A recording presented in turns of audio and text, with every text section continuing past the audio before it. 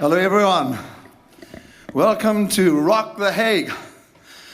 You can see a little bit out of breath, but that's okay. Still got it in me. It's good to be with you. Thank you so much for having me, and welcome. Please feel welcome to a very, very special event. I want to thank you, John, for putting this together, and for many of you that worked so hard to make this a special event. I know that there are many of my friends that are here that I can greet, but I just want to say this. It was your fault that I did this today, because he suggested that I do a little bit of music. So I try to put a little bit of my classical in, and thanks to my band, we were able to just remind you of what was produced in that little town that you're in right now. And Billy said, Kim needs to play a little bit, and I did. Charles wrote to me, remember you so well. These are neighbors that were sent to us, to South Africa, who live next door to us, and very special to my heart. And to all of you that are here, and maybe many of you may not know me, it's not important, but what we are here for is to honor those that made such a special mark in the history and in the culture of our little town and our province, our country, and our world. So it won't take very long. I just wanted to greet you and say a few things to you today.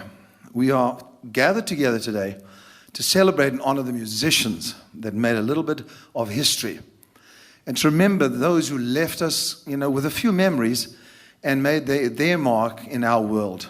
My own brother Barry Matthew Clement was an astounding musician. And I'd like to honor him today because I knew him so well. We started out very young. I was 5 years of age when I was sent to study classical music.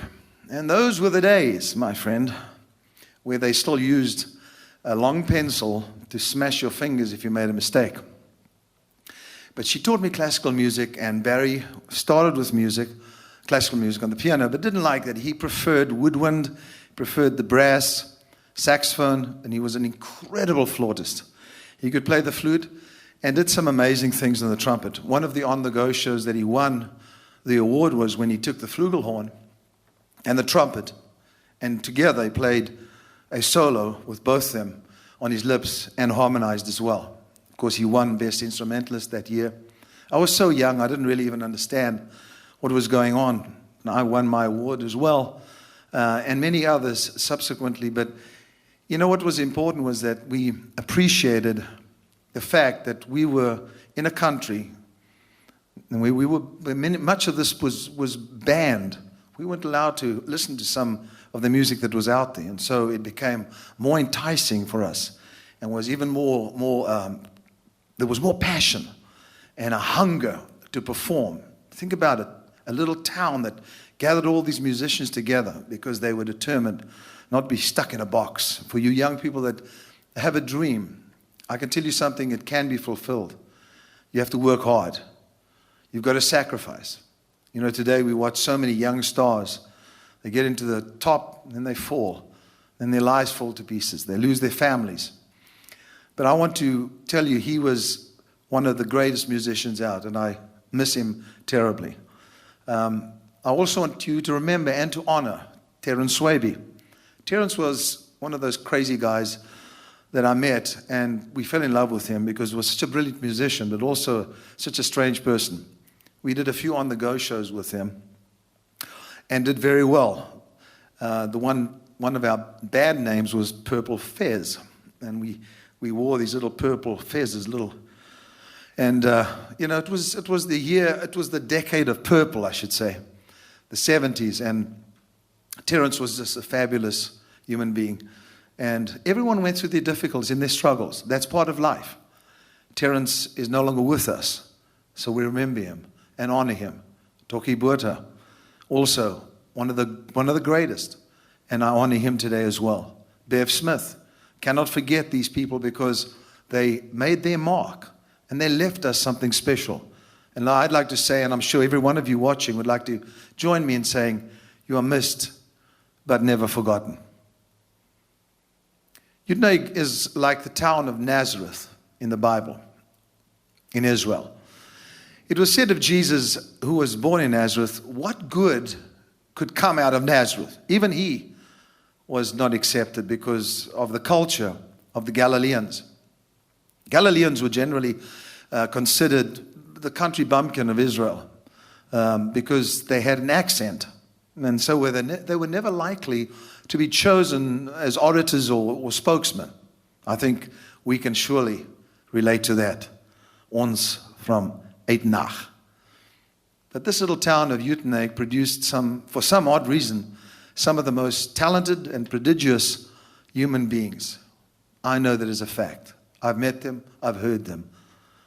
With an amalgamation of cultures ranging from the Netherlands, Italy, the United Kingdom, China, and then the formidable conservative citizens of the Hage, and most importantly, the Africans and what they call the coloreds. As a result of that, a sound was instilled in the souls of each one of us. I call them bitter and sweet spices, compounded together from a battle-weary nation with oppression reeking from the blood-stained soil. We all know about apartheid. The pain of apartheid was everywhere, and most of us rebelled. Everybody sitting here around my age remembers the pain, and we did rebel. We rebelled seeing our black brothers and sisters robbed of a basic fundamental freedom we as whites enjoyed. And so we rebelled. Barry and I would go into the locations, even though we weren't allowed to, even though we could have been taken out by the police, and they did.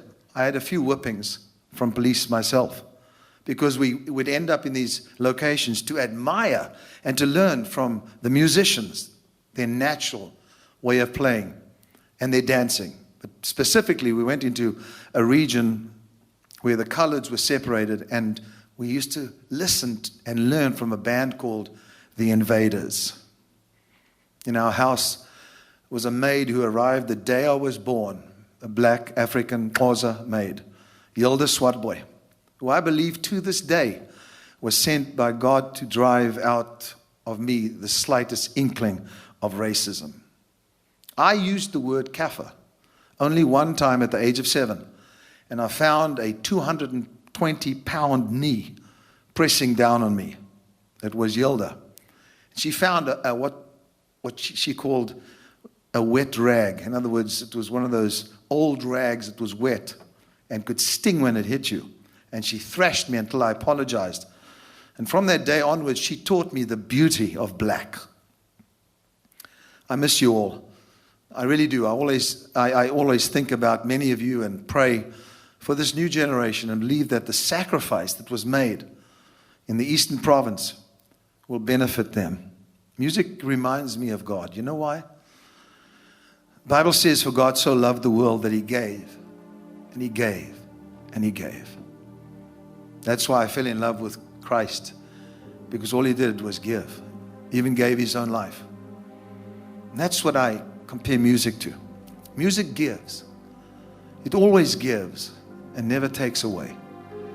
Music creates its own unique history in each individual. It is the universal language and can be interpreted in so many different ways. Music is as ancient as God himself and was around before the earth found its way to our spirits. Music will create a curve on the mouth called a smile that sets everything straight. Bob Marley said, one good thing about music, when it hits you, you feel no pain. Music creates a place of refuge to where you can crawl into the space between the notes and breathe. That's what music does. It helps you to breathe. You know what else? Music doesn't lie. Jimi Hendrix said, if there is something to be changed in this world, then it can only happen through music. Music belongs to the man's soul. But once it is expressed, it has lasting effects on the body and the spirit. Billy Joel agrees, and he said, I think music in itself is healing. It's something we are all touched by, and no matter what culture we're from, everyone loves music. You know, I travel the world. I've been to China, I've been to the Middle East, I've been to Israel, I've been to Europe. all over the world, New Zealand, Australia, islands of the sea. And my message is almost hopeless without music. And I found that music is indeed a universal language. Music, it's a moral law. Plato said that. He said, it gives soul to the universe, wings to the mind, flight to the imagination, and charm and joy to life and to everything. Ray Charles said, I was born with music inside me. Music was one of my parts, like my ribs, my kidneys, my heart, like my blood. It was a force already within me when I arrived on the scene, and a necessity for me like food or water. Music is everywhere. I'm not telling you anything new. I'm just hoping to connect with all of you and remind you what a very unique sound came from Uitenhage. And that continues and it spreads. Music is everywhere. How about the tap tap of a hammer or the wail of a creaking door? Or he's playing a garbage can different than playing a drum. Now I want to close this little message to you, welcome message, by telling you what I feel myself about music. Beautiful music is the art of the prophets that can calm the agitations of the soul. It is one of the most magnificent gifts God has given. Music reveals the mystery within each one of us, and each one of us has a mystery that has to be unfolded. Music unfolds that mystery. My final analysis, if I could give my humble thoughts about music, is this. I tell you, that's music, I tell you the story of love. I tell you the story of sorrow, the story that saves some and the story that destroys others. I am the sound which spreads over the battlefield when men die with me on their lips. I am music. I am close to the marriage altar, and when the grave opens, I stand nearby. I call the wanderer home.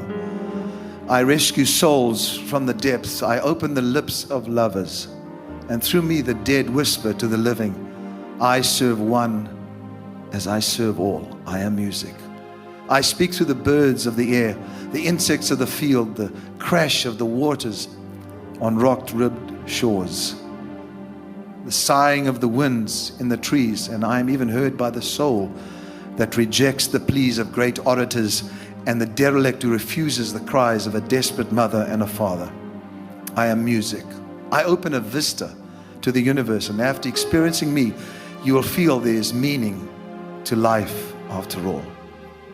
I am music. I am the wind of the Spirit of God. Thank you for honoring those who have gone on before us.